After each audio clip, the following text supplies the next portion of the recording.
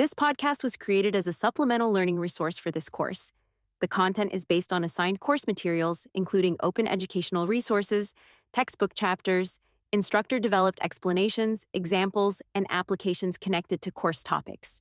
AI tools were used to help transform course material into a conversational podcast format, including the use of AI-generated narration.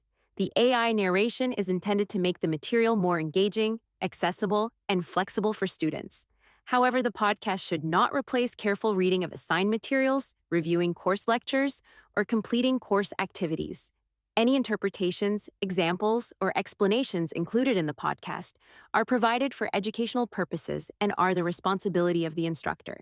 Students should rely on the assigned readings, course lectures, and official course materials as the primary sources for exams, assignments, and class discussions. Have you ever noticed how often a rookie athlete, like someone who just enters the league and has this absolute breakout, record-smashing first year, they end up on the cover of a video game or, a major sports magazine, and then their second year is just a complete disaster. The classic sophomore slump. Right, exactly. And people almost always call it a curse, like the magazine cover curse. We build these entire superstitions around it, basically convincing ourselves that the spotlight somehow, ruined their mechanics or went to their head. It is a deeply, deeply human tendency. I mean, we are essentially meaning-making machines. When we see a pattern, especially a sequence of events like event A happens and then event B happens, we almost compulsively weave a causal narrative to connect them. But the reality of that so-called curse is, well, it's far less mystical. It is purely mathematical. Which is such a letdown for sports talk radio, honestly. Oh, totally ruins the fun. Yeah. But it's actually a perfect entry point for what we are doing today, because what that athlete is experiencing isn't a curse at all. It's a statistical phenomenon called regression to the mean. Right, yeah. Like if you have a season where you play at the absolute peak of your physical potential and literally every lucky bounce goes your way, you are at the extreme far end of the bell curve. You're an outlier. Exactly. So the following year, you are mathematically almost guaranteed to drift back toward your own baseline average. Your performance regresses. So the magazine cover didn't cause the decline. The decline was just a statistical inevitability. And that cognitive trap, confusing as statistical inevitability or just background fluctuation with the direct cause, that is exactly what destroys bad research. Yeah. If we want to know what actually works in the real world, like what therapies actually heal people, what educational interventions help students learn, or, what public policies reduce accidents, we cannot rely on our intuition. We have to design ways to observe the world that actively strip away all those illusions. Welcome to this deep dive, everyone. Today, we are taking a massive, comprehensive look at how researchers actually do that out in the real world. So if you're an undergraduate psychology student, grab your notes, because we are focusing intensely on Chapter 8 of Research Methods in Psychology, quasi-experimental research. It's a good one. It really is. This is for you, the student, navigating that incredibly frustrating but honestly fascinating space between the sterile perfection of a laboratory and the absolute chaos of everyday human life. Our mission today is to unpack the tools you need to make defensible, rigorous scientific claims, even when the conditions around you are far from ideal. Yeah, and to really grasp the power of these quasi-experimental designs, we have to look at the landscape of research as a sort of spectrum of control. Okay, a spectrum. Walk me through that. So, on one extreme, we have correlational or non-experimental observation. You are out in the wild, just watching. Yeah. You might observe a strong mathematical relationship. Say, cities with more ice cream sales also have more drowning incidents. The classic spurious correlation. I love this one. It's a classic for a reason. So you have two variables moving together, but you have virtually zero internal validity. And internal validity, just as a quick refresher for everyone listening, that's your ability to confidently say that variable A actually caused variable B. Exactly. In the correlational space, you're paralyzed by the directionality problem. Did A cause B or did B cause A? And of course, the third variable problem. In the ice cream and drowning scenario, the hidden third variable is just the summer heat, right? Right. The heat causes both people to buy ice cream and people to go swimming. Precisely. So correlational research is fantastic for finding patterns, but it is terrible for proving causes. So to prove a cause, you usually want to jump all the way over to the other end of the spectrum, which is the true experiment. Right. The true experiment is like the fortress of scientific validity. It relies on two fundamental pillars. First, you, the researcher, actively manipulate the independent variable. Meaning you don't just wait for people to buy ice cream? No, you force one group to eat ice cream, and you withhold it from another group. Sounds like a fun study for the first group. Definitely. But scientifically, that manipulation instantly solves the directionality problem. You know the timeline. The intervention happened at noon. The outcome was measured at 1:00 p.m. The cause preceded the effect. But the manipulation isn't really the magic part, is it? Like the real magic, the thing that makes a true experiment the actual gold standard is the second pillar, random assignment to conditions. Oh, absolutely. Random assignment is arguably the most elegant conceptual tool in the history of science. When you gather your participants and use a truly random method like a coin flip or random number generator to sort them into your treatment group or your control group, you are basically engaging the law of large numbers. Let's break that mathematical mechanism down a bit because it is so crucial for understanding everything that comes later in this chapter. Why does a coin flip matter so much? Well, think about all the invisible variables that every single human participant brings into a study. Their genetic makeup, their baseline anxiety level, how much sleep they got last night, their intelligence, their motivation. How much coffee they drank that morning. Yes, all of it. There are millions of confounding variables that could potentially affect your dependent variable. You cannot possibly measure or control for all of them. Right, like if I'm testing a new memory drug and all the highly motivated, well-rested people end up in my drug group and all the tired, stressed out people end up in the placebo group, my data is completely useless. It's garbage. The drug will look like a miracle, but it was really just the sleep and motivation doing the heavy lifting. But when you randomly assign a large enough pool of participants, the laws of probability dictate that those invisible variables will distribute themselves equally across both groups. So the highly motivated people get split 50-50. Yep. The sleep-deprived people get split 50-50. The caffeine addicts get split 50-50. The groups become mathematically equivalent before you even introduce your independent variable. Therefore, any difference you see at the end of the study, well, it must be caused by the one thing you actually changed, the treatment. It's such a beautiful system. It isolates the signal from the noise perfectly.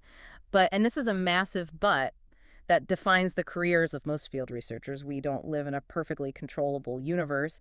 What happens when you hit a logistical wall? Then you hit the realm of the quasi-experiment. And the prefix quasi just means resembling. So it's like a diet experiment. Basically. Yeah. A quasi-experiment resembles a true experiment because you keep that first pillar. You are still actively manipulating the independent variable. But due to real-world constraints, you lose the second pillar. You cannot randomly assign your participants. Let's explore those constraints because, sitting here as a student, you might wonder, why would a smart researcher ever abandon random assignment? It's not because they're lazy. Not at all. It's usually because it is logistically, ethically, or administratively impossible. Give me an example. Consider educational research. Say you've developed a brilliant new method for teaching phonics. You want to test it on first graders. In a true experiment, you'd go to a school district, take 500 first graders, and randomly assign them to completely new classrooms, basically tearing them away from their established friends and teachers just for your study. Yet no school superintendent on earth is going to let you scramble their entire district's rosters mid-semester. The administrative chaos would be catastrophic. Parents would riot. Precisely. Or imagine you are working in organizational psychology. You want to test if a 4-day work week improves employee retention compared to a standard 5-day work week. You approach a massive logistics company. You can't randomly tell half the warehouse workers they get Fridays off while the other half has to work while they all do the exact same job on the exact same floor. The resentment would be off the charts. The logistical disruption to the supply chain, not to mention the sheer animosity among the staff, it makes random assignment impossible. So as a researcher, you're forced to use pre-existing groups. You take the warehouse in Chicago and put them on the 4-day schedule, and you use the warehouse in Atlanta as your 5-day control group. Right. You are manipulating the schedule, the independent variable, but you did not randomly assign the individual workers to those specific cities. And the moment you do that, you step out of the fortress of the true experiment. You've eliminated the directionality problem because you initiated the 4-day week, but you've basically opened the floodgates to confounding variables. Because Chicago and Atlanta were not randomly assigned, they are non-equivalent. Meaning they're just inherently different from the start. Exactly. The weather is different. The cost of living is different. The local management culture is different. Any of those invisible variables could be the real reason retention improves rather than your scheduling intervention. It feels like trying to bake a cake in a busy restaurant kitchen during the dinner rush instead of a pristine test kitchen. You're still baking, you're manipulating the independent variable, but you just have wavelength control over the environment. That is a perfect analogy. So navigating those floodgates, identifying the leaks, and building stronger designs to plug them. That is the entire discipline of quasi-experimental research.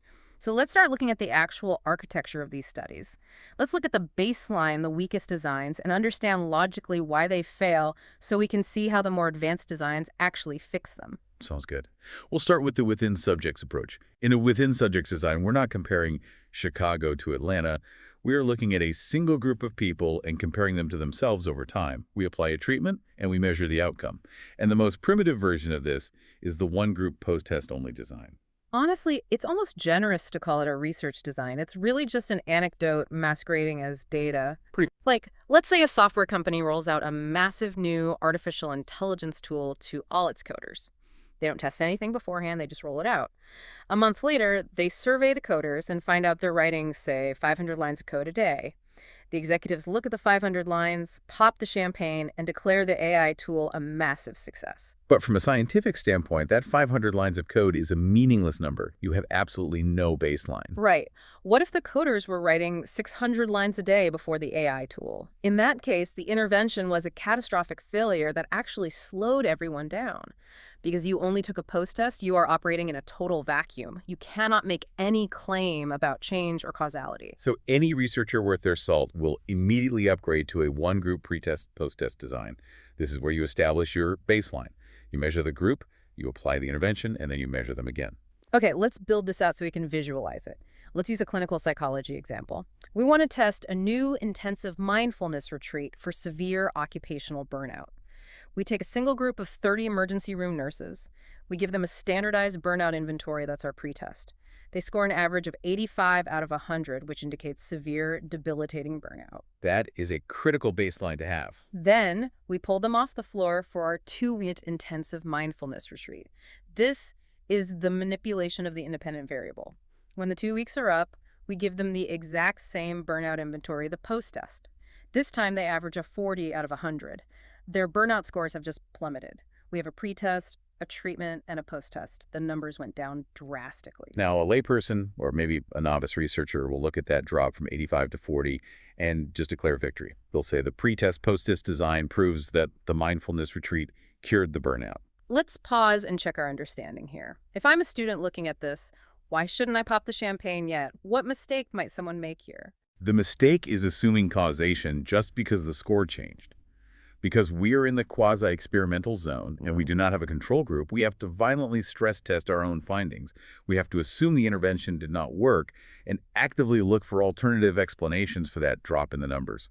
And in the methodology literature, these alternative explanations have a specific name, right? Yes, they are called threats to internal validity. They're specific categories of confounding variables that notoriously plague one-group designs. And as a researcher, your primary job is to anticipate them and systematically rule them out. Okay, let's discover these threats by picking apart our nurse burnout study. The score went from 85 to 40. But what else happened during those 2 weeks? Let's imagine that during the exact 2 weeks the nurses were on the retreat, the hospital administration unexpectedly announced a massive 20% permanent pay raise for all nursing staff, effective immediately. Bam. You have just identified the first major threat. History. History. Right. And in research terms, history doesn't refer to the broad span of human antiquity. It refers to any specific external event that occurs between the pretest and the post-test that could plausibly affect the dependent variable. So if that pay raise happened, we have absolutely no idea if the mindfulness retreat lowered their burnout or if suddenly making significantly more money lowered their burnout. The historical event is a massive confound. Exactly. And history threats don't have to be positive either. If a global pandemic breaks out during those 2 weeks, or the hospital experiences a tragic high-profile failure, burnout scores might skyrocket, masking any positive effect your retreat actually had. Without a control group of nurses who experienced the same history but didn't get the retreat, you are totally blind to the impact of external events. Okay, that makes sense. History is about the outside world interfering, but what about the internal world of the participants? What if the outside world was perfectly quiet, no pay raises, no pandemics? We still have the issue that human beings are biological entities that naturally change over time. Which brings us to the second major threat, maturation. Maturation covers any naturally occurring internal changes in the participants over the course of the study. Humans grow older, they get hungrier, they get more fatigued, they heal naturally, they develop new cognitive skills just through the sheer passage of time. In our burnout example, think about the simple logistics. The nurses were pulled off the incredibly stressful emergency room floor for 2 full weeks. They slept in, they ate decent food, they weren't dealing with trauma every single hour. Right. Even if your mindfulness retreat consisted of absolutely nothing like, if they just sat in an empty room for 2 weeks, their burnout scores would likely drop simply because of rest and physical recovery. That natural restorative process is maturation. It's heavily prevalent in developmental psychology too, isn't it? Like, if I design a 1-year program to improve the vocabulary of 3-year-olds and I measure them at age 3 and then again at age 4, of course their vocabulary improved. They're toddlers. Their brains are literally exploding with neuroplasticity. Unless I have a control group of toddlers who didn't get the program, I can't separate the effect of my curriculum from the unstoppable force of human biological maturation. Precisely. You have to be able to isolate the treatment from the simple passage of time. Now, let's push the boundary a bit further. Let's say we have somehow magically isolated history and maturation. We still have to worry about the act of measurement itself. The third threat is testing. This one is fascinating because it borders on philosophy. It's like the observer effect, the idea that you cannot measure a system without somehow altering it. Exactly. A testing threat occurs when the mere act of taking the pretest changes the participant's behavior or their psychological state, which then alters their post-test score entirely independently of the treatment. Let's use a non-clinical example to make this really vivid for you guys listening. Suppose I want to study if a new, gamified smartphone app helps people save money. My pretest involves sitting down with the participants and having them painstakingly audit every single dollar they spent over the last 30 days to establish their baseline savings rate. Oof. A highly intrusive and illuminating pretest. Exactly. They realize they spent $400 on coffee and takeout. They are horrified. Then I install my little gamified savings app on their phone. A month later, their savings have tripled. Did the app work? Or did the sheer shock of confronting their own financial reality during the pretest scare them into changing their habits? The pretest essentially acted as its own intervention. They became hypersensitized to the dependent variable. In cognitive studies, testing threats often manifest as practice effects. Like, if you give someone a puzzle to solve as a pretest, then a brain training intervention, then the same puzzle as a post-test. They might just be faster because it's their second time doing the puzzle, not because your brain training actually worked. Okay, so testing is when the participant changes because of the measurement tool. What about when the measurement tool itself changes? That is the fourth threat. Instrumentation. And it is incredibly common when your instrument isn't a standardized piece of paper, but a human being making observations. I love the historical example of this, the Hawthorne Works experiments in the 1920s. Yes. The Hawthorne studies are an absolute masterclass in confounding variables. Researchers went into a massive electrical equipment factory in Illinois. They wanted to see if changing the factory lighting, the independent variable, would improve worker productivity, which is the dependent variable. And the results were baffling at first. They turned the lights up, and productivity went up. They turned the lights down, and productivity still went up. They changed the rest breaks, productivity went up. It seemed like literally every manipulation resulted in an improvement. Because the researchers were missing the actual active ingredient. The workers weren't responding to the lighting. They were responding to the fact that supervisors and researchers were standing right there with clipboards, watching them intensely. Which is a classic testing threat. The measurement altered the behavior. But how does instrumentation play into this kind of observational study? Imagine you have a team of graduate students standing on a playground, counting aggressive acts among children for a baseline pretest. On Monday, they are fresh, highly caffeinated, and hypervigilant. They notice every slight push, every harsh word, and mark it down. They record 100 aggressive acts. Then, you implement an anti-bullying program. And by Friday, when it's time for the post-test, By Friday, The grad students are exhausted, they're bored, they're looking at their phones. Furthermore, they subconsciously want your anti-bullying program to work, so they unconsciously raise their threshold for what counts as aggressive. A slight push is ignored. A harsh word is brushed off as just kids playing. They record only 20 aggressive acts. Oh, wow. So the actual behavior of the children doesn't change at all. The instrument, the human observer, is degraded. The calibration of the measurement tool shifted between the pre-test and the post-test, creating a massive illusion of an effect. Which is exactly why relying on human observation in a one-group design is incredibly risky without rigid double-blind protocols or automated data collection. All right, so we've covered history, maturation, testing, and instrumentation. There is one final towering threat to one-group designs, and it's the one we opened the show with, the sophomore slump. Regression to the mean. Right. This is a purely statistical phenomenon, and it routinely fools even seasoned researchers, medical professionals, and policymakers. To understand regression, you have to accept a fundamental premise of psychometrics.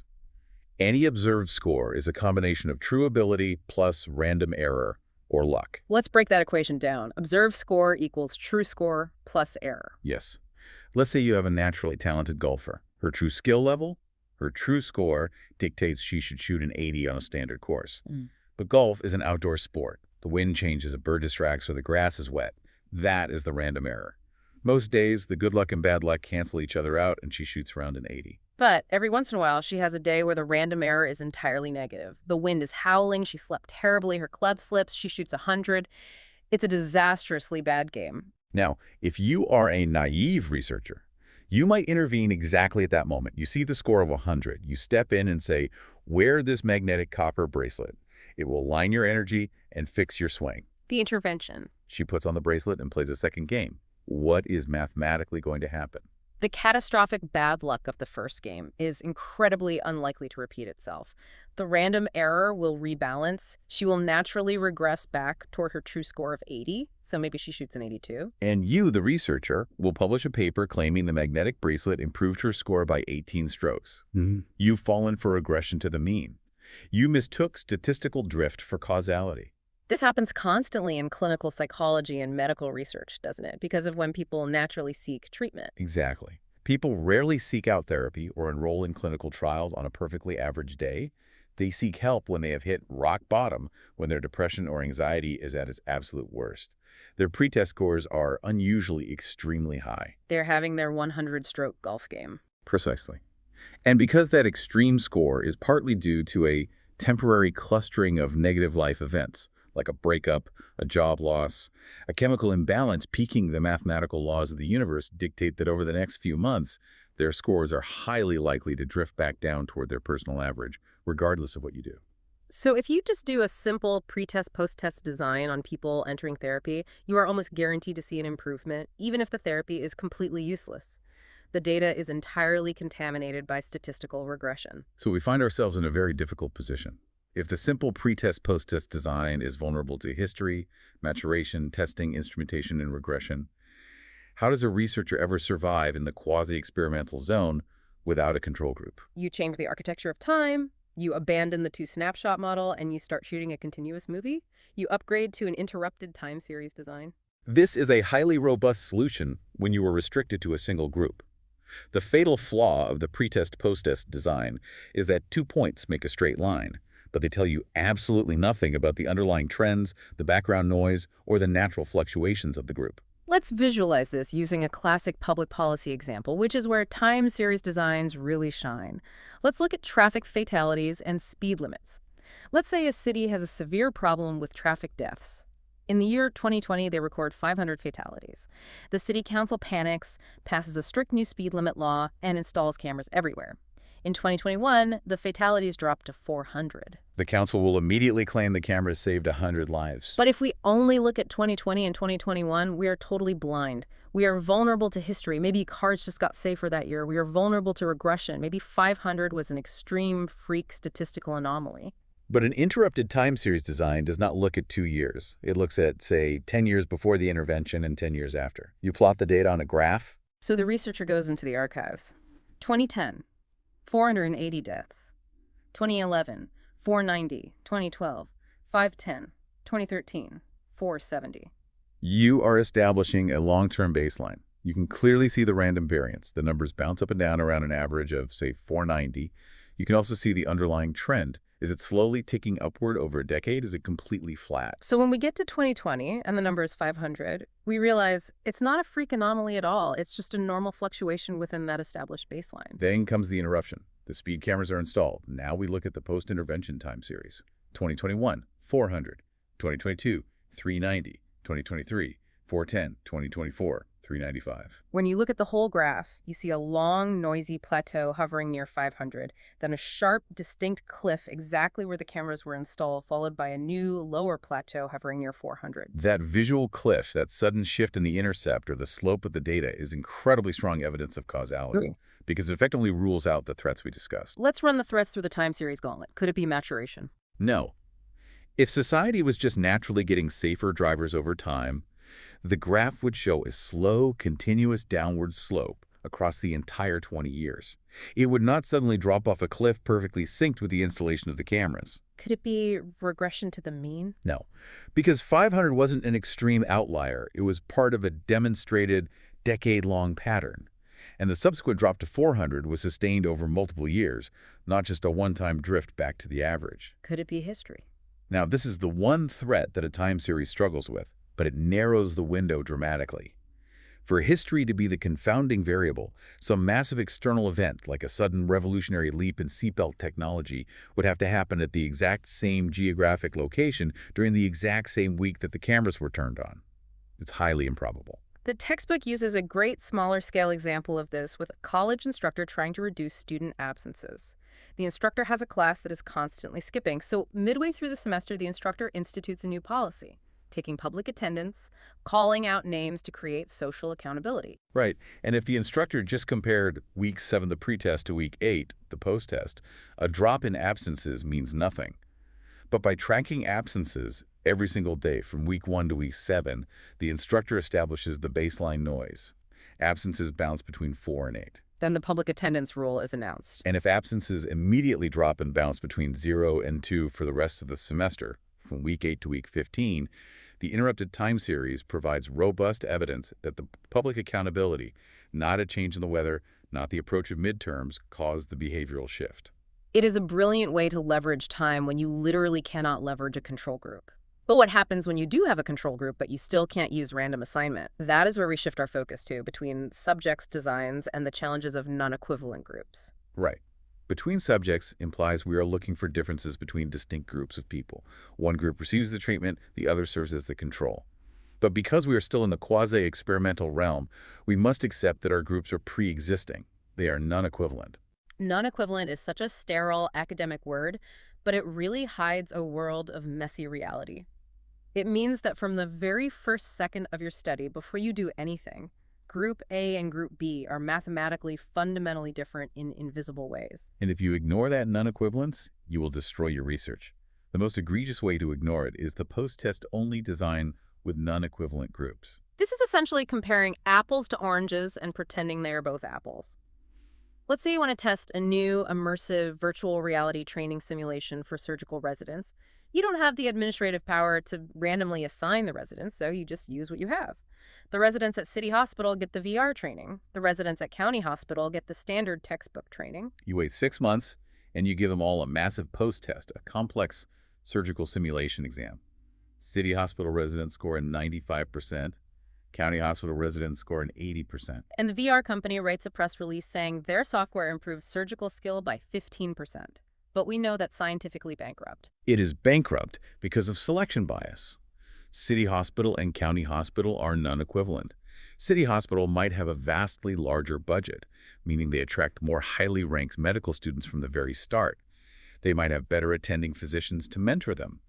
The residents at City Hospital might have been capable of scoring a 95% on day 1 before they ever touched the VR headsets. Because you only took a post-test, you have absolutely no idea where the starting line was. You assumed both groups started at 0, which is almost never true in the real world. To fix this, you must anchor your non-equivalent groups. You must use a pre-test, post-test design with non-equivalent groups. By adding a pretest, we illuminate the starting line. Let's look at the textbook's primary example for this, because it perfectly illustrates why researchers are forced to mix and match weirdly distinct populations. The textbook discusses a study on a new exercise intervention for depression. The researcher has developed a specific, highly regimented exercise protocol and wants to prove it reduces depressive symptoms. The ideal scenario is randomly assigning 100 clinically depressed patients into a treatment group and a control group. But the real-world logistical wall hits hard. You go to a local psychiatric clinic. They are willing to let you run your program, but they only have 20 patients who meet the criteria and are willing to participate. And 20 participants is generally not enough statistical power to split into 2 groups of 10 and get meaningful results. Furthermore, the clinic's ethics board might simply state that if you have an intervention that might help their severely depressed patients, you cannot arbitrarily withhold it from half of them just to satisfy your data desires. So you have to give all 20 clinic patients the exercise treatment, but you desperately need a control group to rule out history and maturation. What do? You find a group of convenience. The researcher in this example turns to their own university and recruits an entire class of undergraduate psychology students.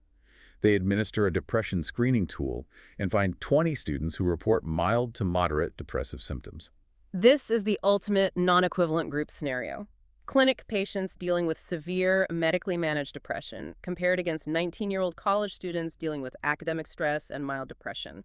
They are universes apart in age, socioeconomic status, daily routine, and severity of symptoms.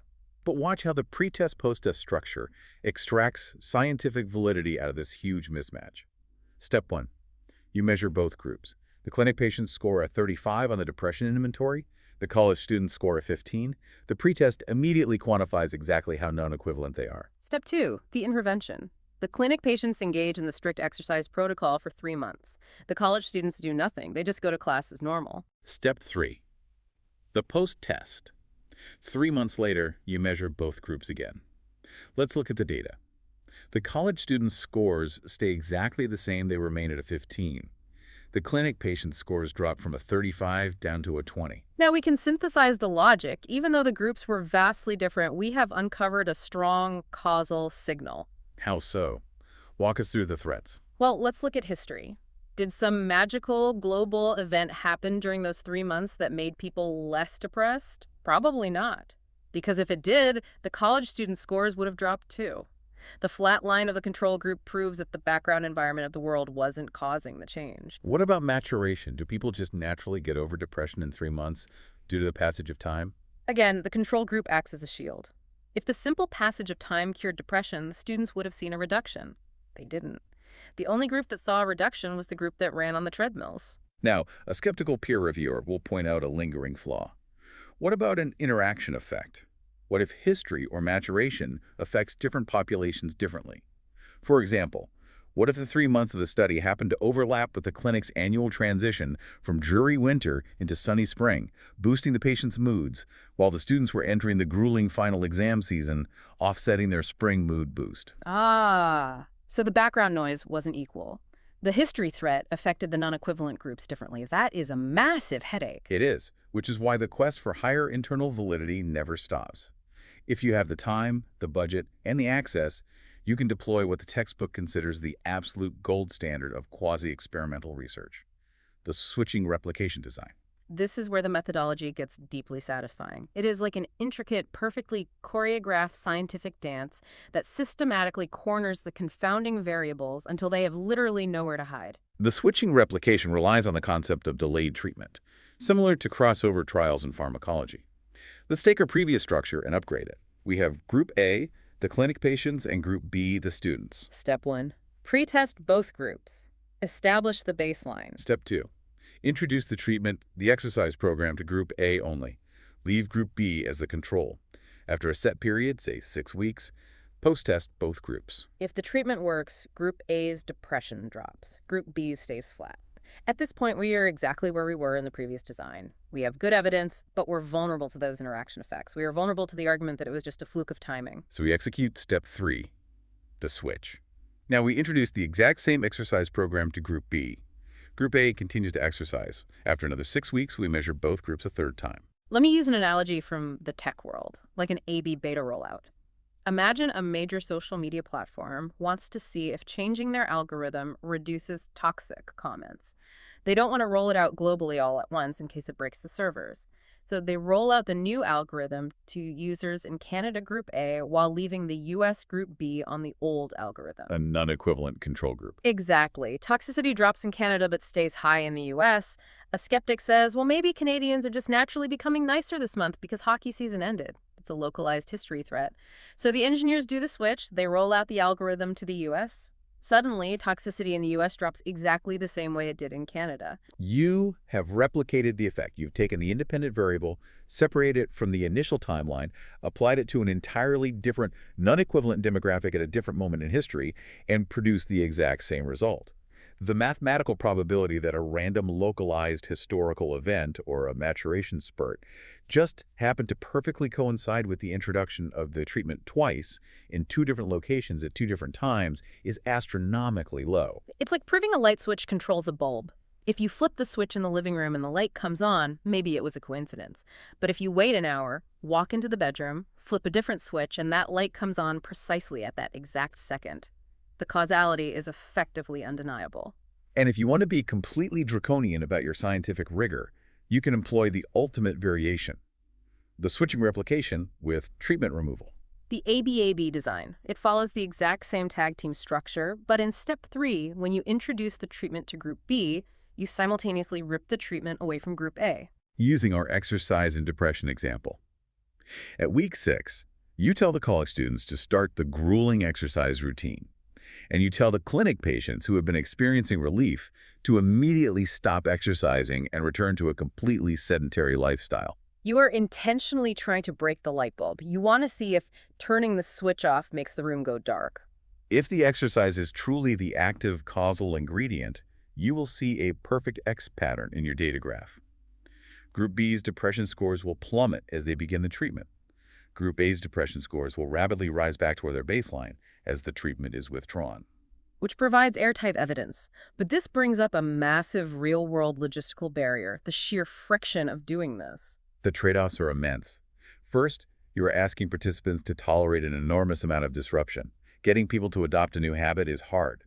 Getting them to adopt it, drop it, and potentially adopt it again is an administrative nightmare. Your attrition rate, the number of people who just quit the study out of annoyance, will skyrocket. Furthermore, in clinical or educational settings, administrators will fight you tooth and nail. If an educational intervention is actively helping struggling readers, a principal is not going to let you remove that intervention mid-semester just to satisfy your data chart. You have to balance the desire for perfect methodological rigor with the messy reality of what institutions will actually allow you to do. Which is the perfect pivot point for this deep dive. We have explored the theory, we have dissected the threats, we have analyzed the architecture. Now, we need to translate this into reality. We are going to speak directly to you, the listener, whether you are designing an undergraduate thesis or plotting out a field study for your class project.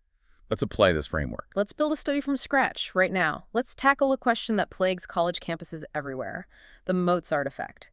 You want to know if listening to instrumental classical music while studying actually improves reading comprehension, or if it's just a placebo effect. A classic research question.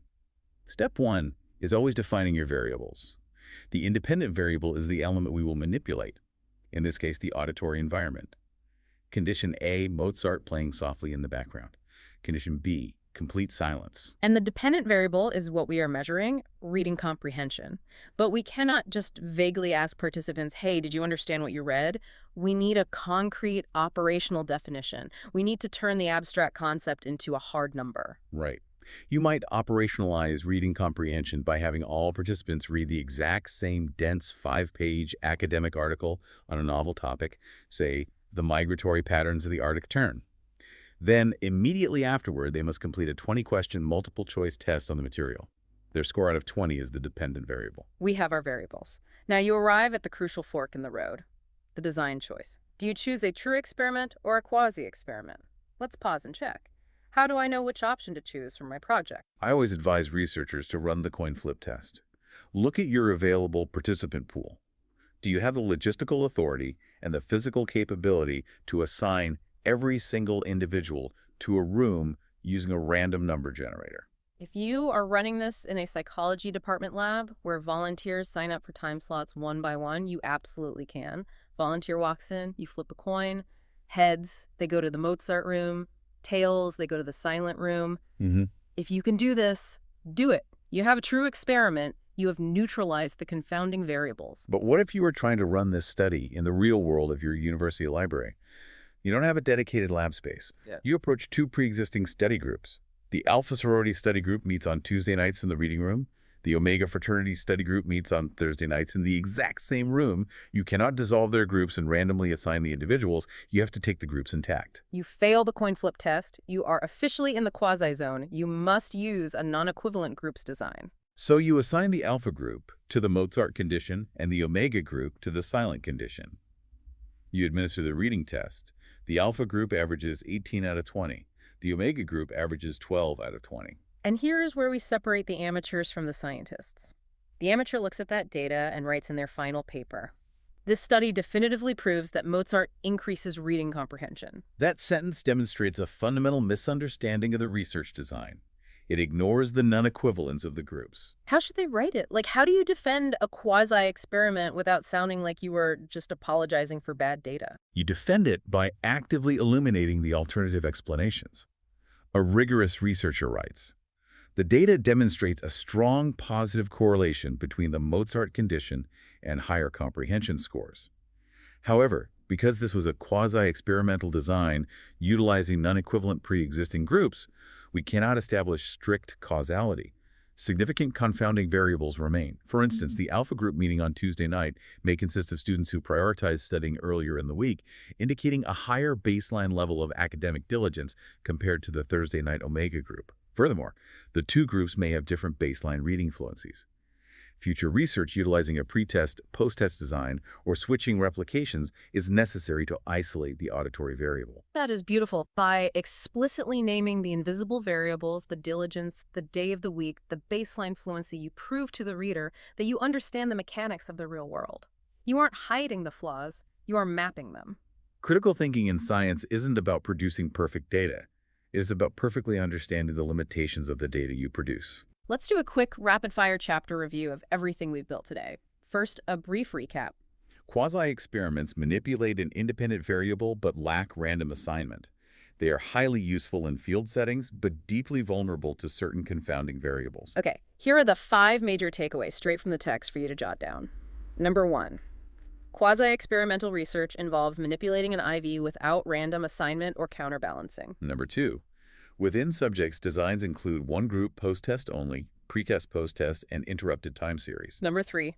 Between subject designs, use non-equivalent groups, post-test only, pretest post-test, interrupted time series, switching replication, and treatment removal. Number 4. They eliminate the directionality problem but not confounding variables, placing their internal validity squarely between non-experimental and true experimental research. And number 5. Switching replication designs boast the highest internal validity of all quasi-experimental designs. Let's follow that up with 5 rapid-fire quiz questions for you to test yourself. Question 1. What key feature is missing from a quasi-experiment that prevents it from being a true experiment? Answer: random assignment to conditions. Question 2. If a researcher measures a single classroom's anxiety levels every day for a month, introduces a daily meditation session, and measures their anxiety every day for another month, what design is this? Answer: an interrupted time series design. Question 3. What problem does manipulating the independent variable solve? Answer: the directionality problem. The cause came before the effect. Question 4. In the exercise and depression example, why was the student group considered non-equivalent to the patient group? Answer: because the participants were not randomly assigned from the same population. They were pre-existing distinct groups. And question 5. Which quasi-experimental design offers the highest internal validity? Answer: designs that include a switching replication. Amazing. Now, I want to leave you, the listener, with 3 reflection questions to take back to your own work. Think about these when designing your study. Number 1, look at your proposed research project. Are you relying on pre-existing groups? And if so, what invisible differences might exist between them? Number 2, if you were doing a pretest post-test design, how might history or maturation explain your results instead of your actual treatment? And number 3, how could you practically incorporate an interrupted time series approach into your daily life to test if a new habit like drinking more water is actually changing your energy levels? Which brings us to a final sort of philosophical point about the nature of this science. We spend an enormous amount of time in methodology courses worshiping the true experiment. We praise its perfect internal validity. In a sterile, windowless laboratory basement where every distraction is completely eliminated, you can be 100% mathematically certain that variable A caused variable B. But the paradox is that those perfect laboratories often lack what researchers call mundane realism. A true experiment might prove exactly how memory works when a participant is strapped to an eye tracker, reading random syllables off a glowing screen in a silent room. But that perfectly valid data might tell you absolutely nothing about how a real student actually studies for a history exam in a noisy, chaotic dorm room at 2 in the morning. The laboratory strips away the noise to find the truth. But sometimes the noise is the reality. Quasi-experiments are mathematically messy. They are built on compromises, they are plagued by non-equivalence and vulnerable to history and maturation. You will rarely achieve complete certainty. But they happen out in the wild. They happen in the bustling emergency rooms, the chaotic middle school classrooms, the busy factory floors where actual human lives are unfolding. So the ultimate challenge for you is this.